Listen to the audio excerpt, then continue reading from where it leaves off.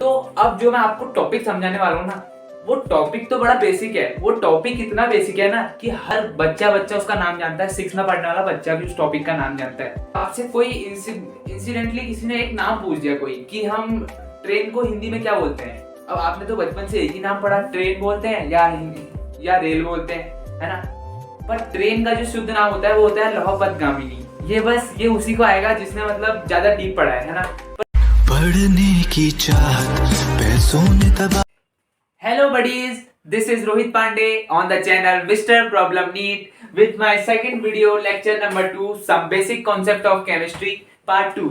So in this part 2, I hope you have helpfully listened to our part 1 video. If you have not listened to the part 1 video, and you can visit our channel and you can watch the part 1 video that is on some basic concept of chemistry, basic unit and introduction. Now we will start part 2. So in this part 2, today we will be firstly cover our topic, that is physical quantities and their fundamental unit. So these are the physical quantity and their fundamental units.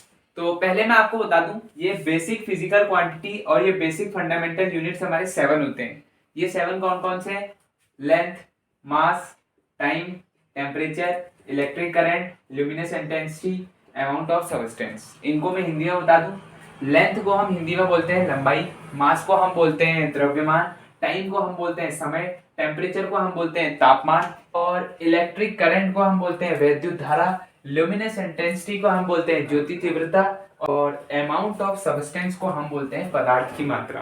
अब बात आती है ये क्या चीज है? ये है इन सबका डायमेंशनल रिप्रेजेंटेशन।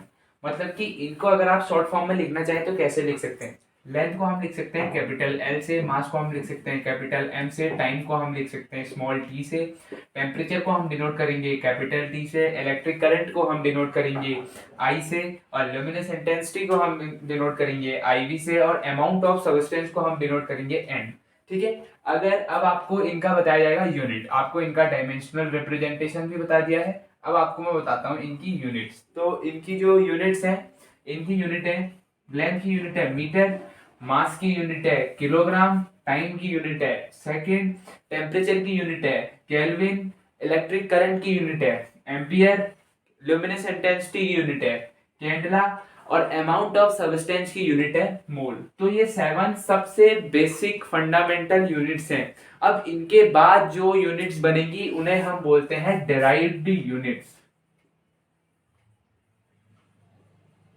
डेराइव्ड यूनिट्स, ये 7 फंडामेंटल यूनिट ही सारी यूनिट के बनने में काम आएंगी। अब जैसे कि यूनिट है किसका, हम किसी का भी यूनिट ले लेते हैं। जैसे कि मान लिया हमने यूनिट लिया किसका, डाइपोल मोमेंट का। डाइपोल मोमेंट का जो यूनिट होता है वो होता है डीवाई। तो ये डीवाई कहीं ना कहीं इन्हीं 7 फंडामेंटल यूनिट से मिलकर बना हुआ है। ठीक है। तो ये 7 बेसिक फंडामेंटल यूनिट्स आपको लर्न करने हैं, या मतलब दिमाग में रखने हैं। ये 7 फंडामेंटल यूनिट, ये फंडामेंटल यूनिट्स आपकी पूरी केमिस्ट्री में कहीं साथ नहीं छोड़ेंगे आपका। ये हर जगह काम आने वाले हैं 7 फंडामेंटल यूनिट। हर एक न्यूमेरिकल बेस्ड फॉर्मूला, हर एक फॉर्मूले में, और हर एक जहाँ पे यूनिट की बात आती है, या जहाँ पे मतलब कोई जहाँ पे कुछ फंडामेंटल क्वांटिटी की बात आती है, तो वहाँ पे ये 7 यूनिट्स जरूर आनी है। तो इन्हें आपको अच्छे से याद करना है। अब हम अपना नया टॉपिक स्टार्ट करते हैं जो है यूनिट कन्वर्जन एंड मेजरमेंट। अब बात आती है हमारी बेसिक यूनिट कन्वर्जन टर्म्स पे। तो हमारा जो बेसिक यूनिट कन्वर्जन टर्म है वो 2 पार्ट्स में डिवाइड किया है मैंने। जैसे कि मतलब अगर आप बुक में देखते हैं तो बुक में तो आपको एक ही पार्ट मिलेगा, पर मैंने इसको 2 पार्टों में डिवाइड किया है, जिससे आपको इनको देखने में और समझने में आसानी होगी। देखो, पढ़ने वाले बच्चे क्या करेंगे, जो बच्चा खाली बोर्ड्स में मार्क्स लाना चाहता है, या जो बच्चा मतलब और जगह मार्क्स, जो बच्चा खाली मार्क्स के पीछे भाग रहा है, वो क्या करेगा, इन सबको रट्टा लगाएगा कि 10 की पावर -24 जॉक्टो, 10 की पावर -21 जॉक्टो, ये वो सब सेंटीमीटर डेसीमीटर। पर आप क्या करना है, इस चीज को समझ के पढ़ना है, इस पार्ट को। क्योंकि देखो ऐसा है ना, अगर मैं इस चीज को रट के पढ़ता हूँ तो अगर मैं इसको यहाँ पर से भूल जाता हूँ तो मैं यहाँ पर से यहाँ तक का भी पूरा भूल जाऊंगा। सीधी बात है, ये चीजें रटने लायक नहीं है। तो इनको समझ के कैसे पढ़ना है, मैंने जहाँ पे पावर माइनस की है वो पार्ट अलग किया है, और जहाँ पे पावर प्लस की है वो पार्ट अलग किया गया है। ठीक है।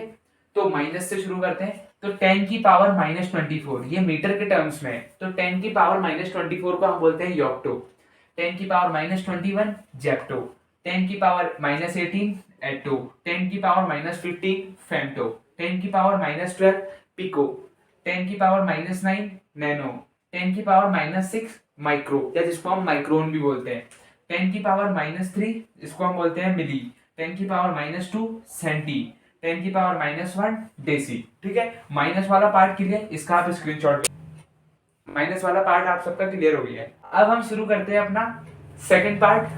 पहला पार्ट आप सबको इस चीज को नोट कर लेना बहुत अच्छे से, ये आपको पूरे यूट्यूब में कहीं नहीं मिल सकता ये पार्ट, इतना मैं गारंटी के साथ कह सकता हूँ, हर कोई इनको आपको रटाने की सोचेगा।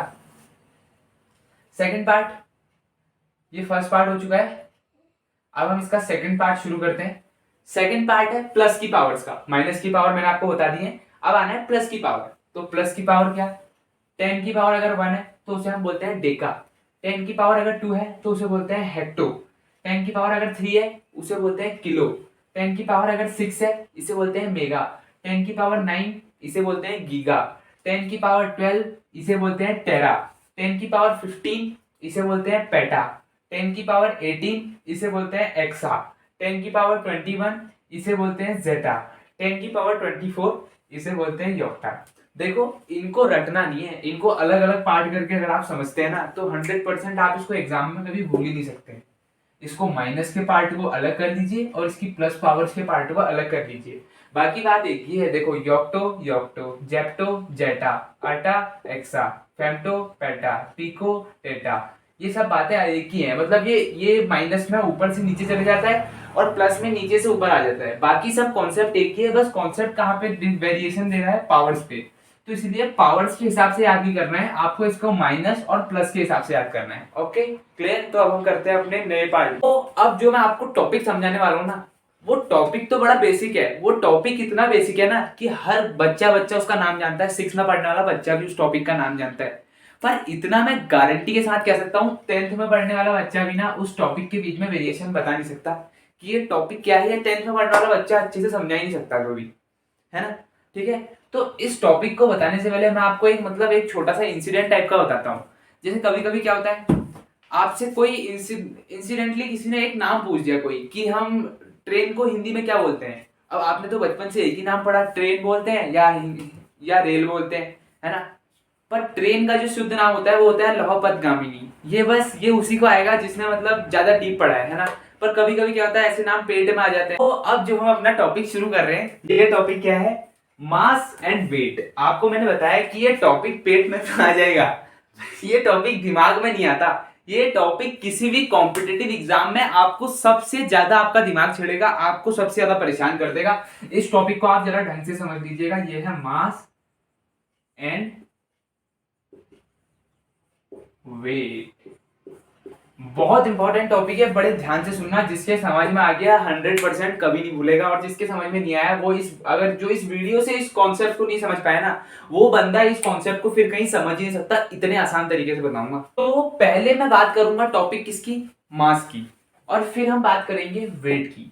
मास की डेफिनेशन अगर मैंने आपको बता दी ना, तो मास में मैं एक ही चीज ऐड करूंगा और वहीं से निकल जाएगा वेट का वेरिएशन, कि मतलब मास वेट में किस तरह वेरिएशन देता है। ठीक है, तो मास क्या है, मास कुछ नहीं है, मास है सिर्फ अमाउंट ऑफ सब्सटेंस, कि उस सब्सटेंस में कितने अमाउंट प्रेजेंट है, कितने पार्टिकल प्रेजेंट है। इसका मास कितना है, इसका मास आपको नहीं पता होगा, इसका मास मैं भी कुछ नहीं कह सकता हूँ, है ना। जैसे मैंने बोला इसका वेट कितना है, इसका वेट मैंने सीधे कह दिया 100 ग्राम है ना। मास कांस्टेंट रहता है हमेशा। ये पेन अगर यहाँ 2 ग्राम का होगा ना, ये पेन अगर यहाँ 10 ग्राम का है, तो ये मून में जाके भी 10 ही ग्राम का रहेगा।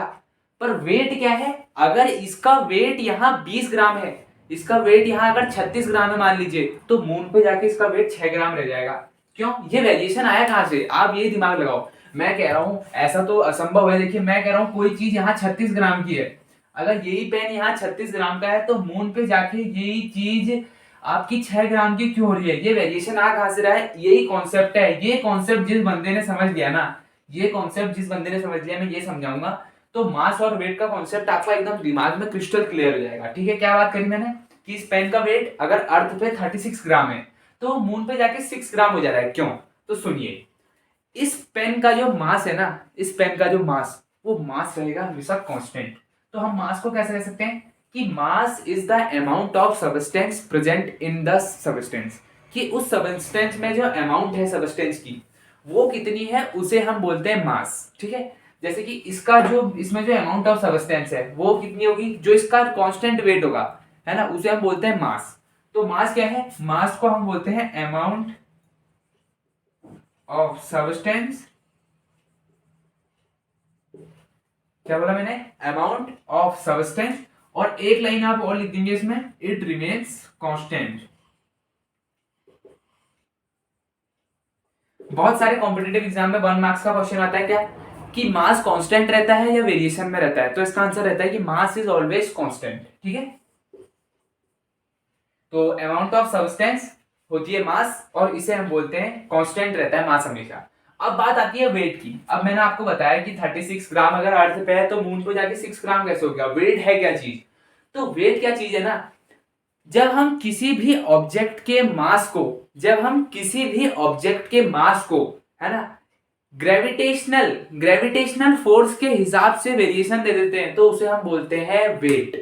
ठीक है, क्या बोल सकते हैं इसको, amount of substance along with gravitational force is known as weight. ठीक है, तो इसको हम क्या बोलेंगे, मास प्लस जी। बस यही कॉन्सेप्ट है, ये कॉन्सेप्ट जिस बंदे का क्रिस्टल क्लियर है ना, वो समझ लो कि वो केमिस्ट्री में कहीं धक्का खा ही नहीं सकता बेसिक चीजों में। तो मैंने आपको बताया कि वेट का जो वेरिएशन होता है वो होता है मास इनटू जी।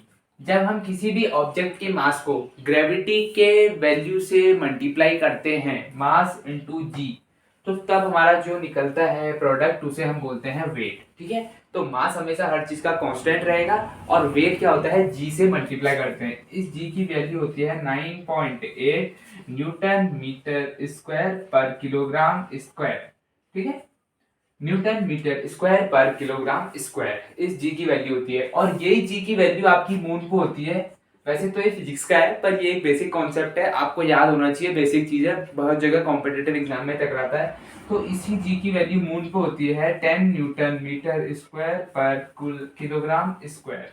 ठीक है, तो आई होप आपको मास और वेट का कॉन्सेप्ट बड़े ही अच्छे से समझ में आया होगा। एक बार रिवाइज करा देता हूँ। मास क्या है, अमाउंट ऑफ सबस्टेंस जो हमेशा कांस्टेंट रहता है, और वेट क्या है, अमाउंट ऑफ सबस्टेंस, किसी भी अमाउंट ऑफ किसी भी ऑब्जेक्ट के अमाउंट ऑफ सबस्टेंस यानी उसके मास को अगर हम ग्रेविटी की वैल्यू से मल्टीप्लाई कर देते हैं तो जो हमारा आंसर निकलता है उसे हम बोलते हैं वेट।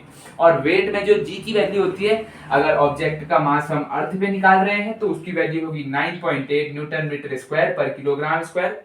देखिए यूनिट बहुत ज्यादा मायने रखता है, इसलिए यूनिट आपको अच्छे से याद होना चाहिए।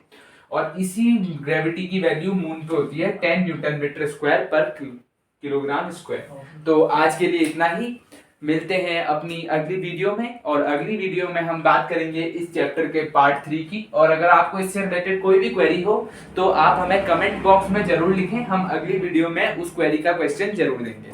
Thank you.